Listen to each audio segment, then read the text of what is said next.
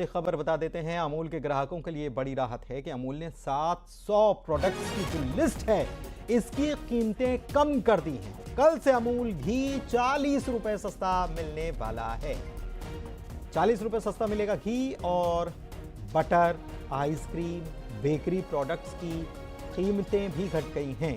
ग्राहकों को जीएसटी दरों की कटौती का फायदा होगा और अमूल की घटी हुई कीमतें 22 सितंबर से लागू हो जाने वाली हैं।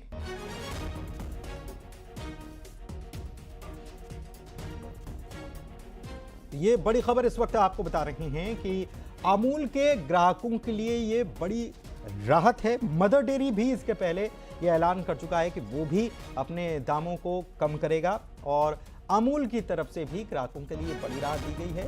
अपने 700 प्रोडक्ट्स की एक लंबी चौड़ी ये सूची है, लिस्ट है, और इसमें तमाम चीज़ें हैं जो मिल्क से बने हुए प्रोडक्ट्स हैं। इसके अलावा दूसरे प्रोडक्ट्स हैं, उसके दाम अमूल ने घटा दिए हैं। और कब से फ़ायदा होगा? फ़ायदा होगा ग्राहकों को 22 तारीख से, यानी कि जिस दिन से जीएसटी की दरों में कटौती की गई है।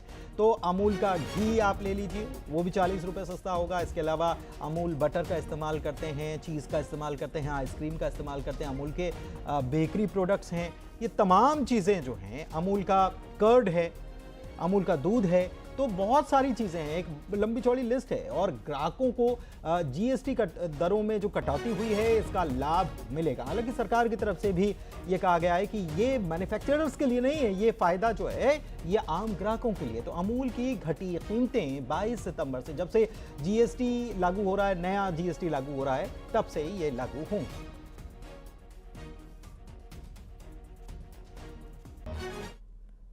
न्यूज 18 के editor in chief Rahul Joshi के साथ खास बातचीत में गृह मंत्री अमित शाह ने कहा है कि प्रधानमंत्री मोदी के जीवन में संघ का बड़ा प्रभाव है। संघ के अनुशासन ने ही पीएम मोदी को ग्लोबल लीडर बनाया है। 75 साल का संघर्ष संघ का संस्कार ही है। स्वाभाविक सी बात है, जब विजन भी बड़ा है, एग्जीक्यूशन भी इतना बढ़िया है, तो टफ टास्क मास्टर भी रहे होंगे। तो कोई कुछ किस्सा सुनाइए जहां पे। ऐसे तो ढेर सारे किस्से आपको सब जगह मिल जाएंगे जी। मोदी जी हिसाब किताब कठोरता से लेते हैं, इसके कारण बहुत नाराजगी भी है। सरकार में मुख्यमंत्री बने तब भी, प्रधानमंत्री बने तब भी, और संगठन का काम करते थे तब भी। मगर कभी भी व्यक्तिगत द्वेष के कारण किसी कार्यकर्ता को डांट डपूट लगाना या सार्वजनिक रूप से उसको अपमानित करना, ऐसा मैंने नहीं देखा।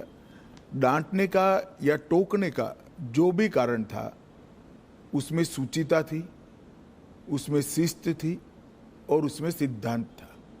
सूचिता, शिस्त और सिद्धांत, तीनों चीज़ों के लिए ही कठोरता मैंने देखी है।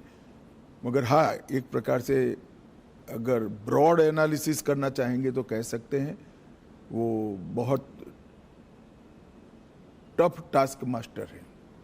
आप कह रहे हैं आपने सबसे ज़्यादा उनके संग काम किया है, थोड़ा सा बताएं उनके आरएसएस का प्रभाव उनके ऊपर।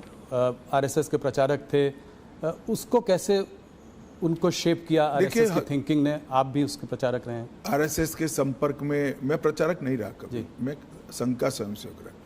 आरएसएस के संपर्क में जो भी आता है, संघ के संपर्क में आता है, उस पर संघ का प्रभाव निश्चित रूप से ही पड़े बगैर रह ही नहीं सकता। आज नरेंद्र मोदी जी जाने जाते हैं कैसे नेता के रूप में जिसके लिए देश सबसे प्रथम है, उसके बाद पार्टी है, उसके बाद पार्टी के कार्यकर्ता है।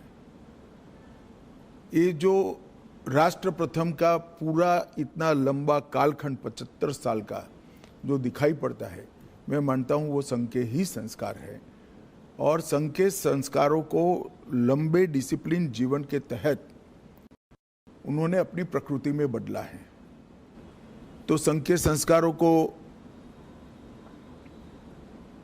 स्वीकार करने में या उसके हिसाब से जीने में कोई तकलीफ नहीं पड़ती। जब प्रकृति ही व्यक्ति की ऐसी हो जाती है तो अपने आप काम उसी तरह से चलता है। और इसी के साथ इस बुलेटिन में फिलहाल के लिए इतना ही, लेकिन खबर